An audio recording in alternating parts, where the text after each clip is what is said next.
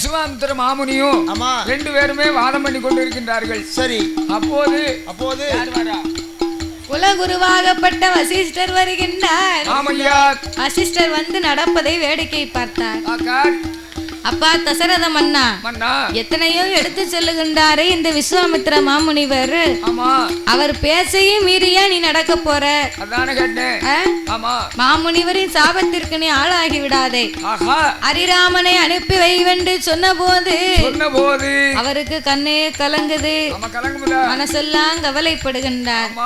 மனமெல்லாம் கவலை கொண்டு தசரத மன்னனாகப்பட்டவர் என்ன செய்கிறார்? என் ஸ்ரீராமனை உங்களோடு நான் எப்படி அனுப்புவேன்? ரகுராமனை பிரிந்து நான் ஒரு நாள் ஒரு பொழுதும் இருந்தது கிடையாது. ஆனால் இப்படி வனத்துக்குள்ளே என் மகனை அழைத்து செல்கிறேன் என்று சொல்லுகிறீர்களே, என் ஸ்ரீராமனை பிரிந்து என்னால் இருக்க முடியாதையா. அப்படின்னு உடனே அப்பந்தான் கலைக்கோட்டு மாமுனிவராகப்பட்டவர், குலகுருவாகப்பட்ட வசிஷ்டர், விஸ்வாமித்திர மாமுனிவர் இத்தனை பேர்களும் இணைந்து சொல்ல ஆட்டுமென்று சம்மதித்து ஆட்டுமென்று சம்மதித்து ஹரிராமனை தான் அழைப்பார்.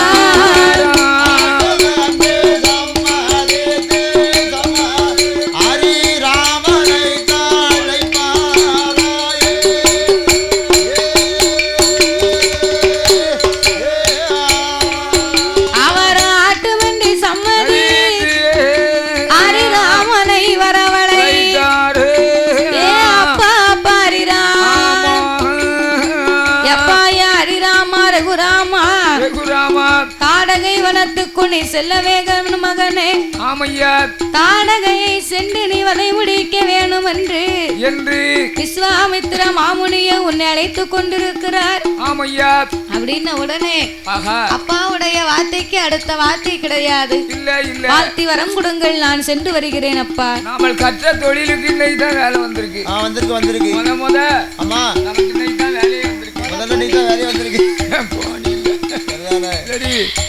ஆட்டுமென்று சம்மதித்து ஹரிராமமூர்த்தியானவர் சொன்ன போது அவருக்கு சந்தோஷம் தாங்க முடியல. நம்ம அம்புக்கு வேலை வந்திருக்கு அப்படின்னு சந்தோஷப்படுறாரு. ஆனா தசரத மன்னன் வருத்தப்படுகிறார். வருத்தப்படத்தான் செய்வாங்க. லட்சுமண பெருமாளுக்கு மனசுல கவலை பார்த்துக்கோங்க. என்ன கவலை? நம்ம அண்ணனை பிரிந்து அனுதினமும் இருந்தது இல்லையே, நிமிடம் கூட கிடையாது. இனி நம்ம எப்படி இருக்க போகிறோம்? அண்ணனை விடக்கூடாது, அவரோடு நாம செல்ல வேணும் என்று ஹரிராமன் போகுவருக்கும் லட்சுமண பெருமாள் நானும் போவேன் என்று அண்ணனோடு என்றைக்குமே நான் இணைந்திருப்பேன் என்று லட்சுமண பெருமாளும் ஹரிராமமூர்த்தியுமாக ஹரிராமமூர்த்தியோடு இளைய பெருமாள் லட்சுமண பெருமாளுமாக அவரோ ஆட்டுமன்றி சம்மதித்து அது சமயோ வாரா.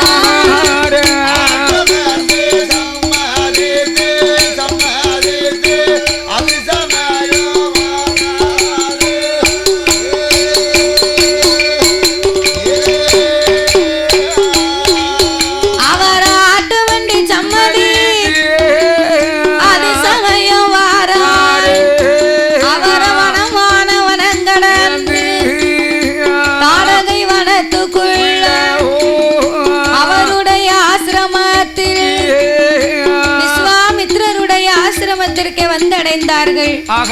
அங்கே வந்தடைய இளைய பெருமாள் லட்சுமண பெருமாளும் ஸ்ரீராமமூர்த்தியுமாக யாகத்தை பார்த்தார்கள். வளர்த்த யாகம் அலங்கோலமாக இருக்கு.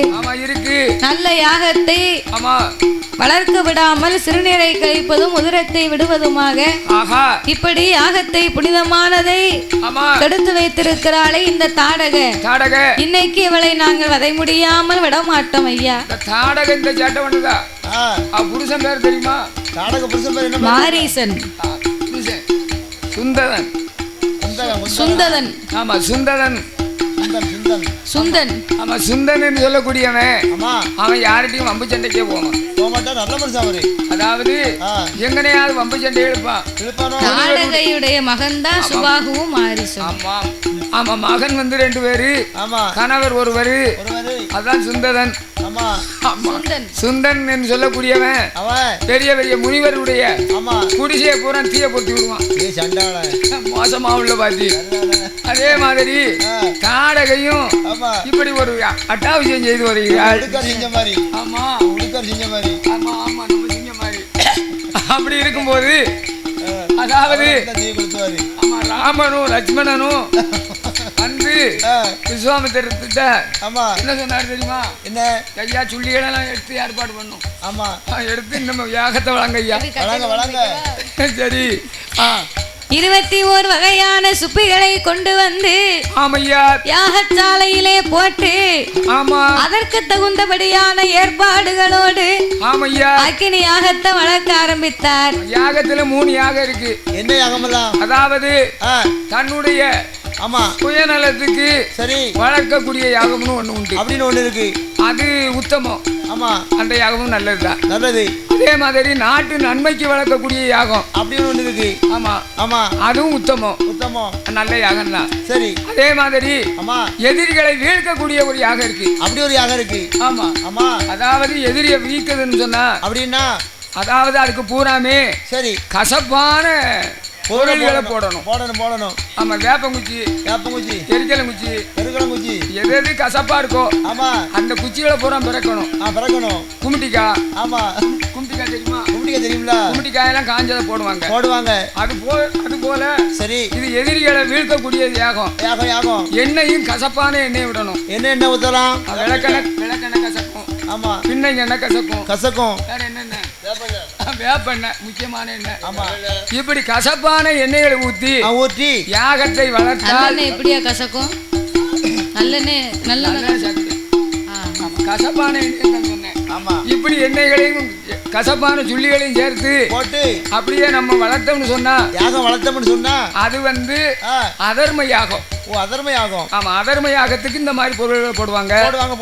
நல்லவருக்கு செய்யக்கூடிய யாகம் வந்து அதுல வந்து நல்ல நல்ல பொருட்கள் தான் போடுவாங்க. நெய் திரவியம் நல்லெண்ணெய். ஆமா இப்பேற்பட்ட எண்ணெய்களை கொண்டு ஊத்தி சிறப்பா வளர்ப்பாங்க. அதேதான் அப்படியாகவே யாகத்தை வளர்க்க ஸ்ரீராமனும் லட்சுமண பெருமாளும் என்னையா வலபுறமும் இடபுறமுமாக நின்று கொண்டு காவல் காக்க. ஆமா தாடகை வரும்போது அவளை நாங்கள் அம்பாள் எய்து விடுகிறோம், நீங்கள் யாகத்தை வளர்க்க ஆரம்பியுங்கள். அவர் யாகத்தை வளர்த்து கொண்டிருக்க 2 பேர்களும் காவல் காத்திருந்தார்கள். யாகத்தை சுத்தி வருகின்றார். ஆமா ஒரு கண்ணுடைய இமையானது எப்படி தட்டி முழிக்குமோ அடேப்பா கண்ணுகிட்ட எதுவும் போயிட்டா படக்குன்னு கண்ண மூட முடியும். ஆமா அப்படி தட்டி முழிக்க மாதிரி 2 பேரும் லட்சுமணனும் கண்ணை இமை காப்பது போல ஹரிராமரும் யாகத்தை சுத்தி யாரு வராங்கமா பார்த்து கொண்டிருக்கின்றார். அப்படி காவலாக நிற்க ஆமையா வானத்திலே புகையாக தெரியும் போது ஆமா காட்டுக்குள்ள புகை மண்டலமா இருக்கு. தாடகை அசுர அறைக்கு ஆமா இந்த கிழவனை எத்தனை தடவை சொல்லி இவனுக்கு புத்தி வர மாட்டேங்க. ஆமா புத்தி வர மாட்டோங்க. இதோடு இவனை நாமல் அழித்தாக வேணும் என்று இதோட இந்த யாகத்தையும் முடிக்கணும், இந்த முனிவரையும் சோழியை முடிக்கணும், இவங்க அதையும் முடிக்க வேண்டியதான் என்று ஆகாய மார்க்கமாக அவைய சத்தம் போட்டு கொண்டு தாடகையா வாராட வருகின்ற வேளையில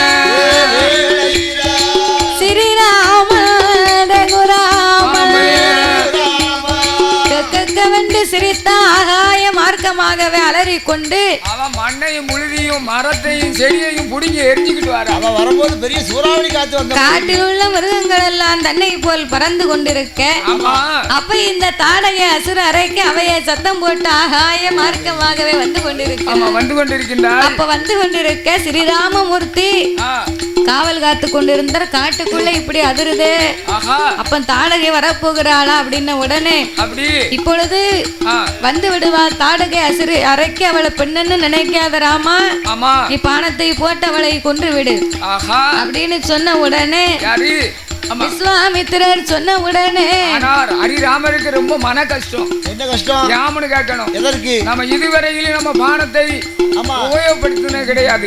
கிடையாது. ஆனா விஸ்வாமித்திரர் கூட்டியாந்து முதல்ல இருந்து ஒரு பெண்ணை கொல்ல சொல்லுறாரு அப்படின்னு மனவர்த்தம். ஆமா, மனவர்த்தி கொண்டிருக்கும் போது அவர் சொன்னாரு, பெண் என்று நினைக்காத, பெரிய பேயப்பா, அதனால அவளை கொன்று விடப்பா அப்படின்னு உடனே தாடகை அசுரரைக்கு ஆகாய மார்க்கமாகவே வரும்போது அப்ப வருகின்ற வேளையில என்னையா எப்பானத்தை தான் போடுவாரா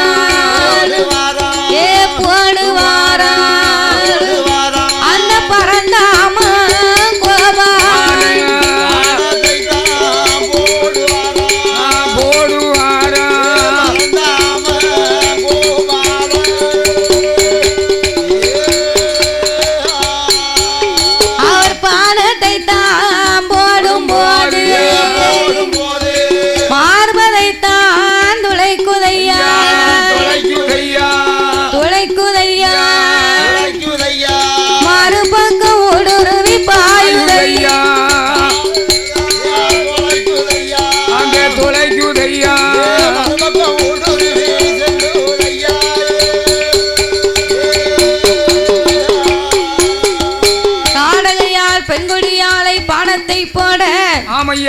பானத்தை முதல்ல போட்டாரு, முள்ளு மாதிரி குத்துது, தூர எடுத்து போட்டுக்கிட்டே வந்தார். சாதாரணப்பட்ட பானங்கள். பிறகு எந்த பானத்தை போட்டார்? அக்னி பானம், வர்ண பாவம், பானம், கருட பானம். சரி, ஆமா, இப்படி எல்லாம் ஒரு பானத்துக்கும் ஒரு பேர்கள் உண்டு. அந்த பானத்துல போட்டு பார்த்தார். அவ தாடகை அப்படியே சீவமுள்ளு குத்துன மாதிரி இருந்துச்சு. ஆமா, பிறகு தூர போட்டுக்கிட்டு வரா. இந்த பானத்துக்கு இவ அடங்க மாட்டேங்காத அப்படி என்று அவ எதுக்காக அப்படி போட்டார் தெரியுமா? எதற்கு? அவள் மனம் திருந்தி, ஆமா, அவ திருந்தி அவட்ட காலில் சரணடைந்துட்டான்னா, ஆமா, அவளை விட்டுடலாம் அப்படி என்று சொல்லக்கூடாது அப்படின்னாமா. ஆமா, சரி, அதான் சரி. அவ எதுக்குமே அடங்கிறது இல்ல. அதுக்கப்புறம் தான் ராமபானத்தை போட்டார். அப்ப ராமபானம் போட்ட போது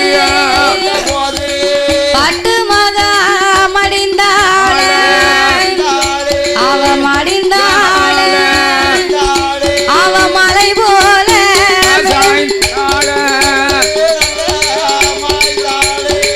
மடிந்தாள்.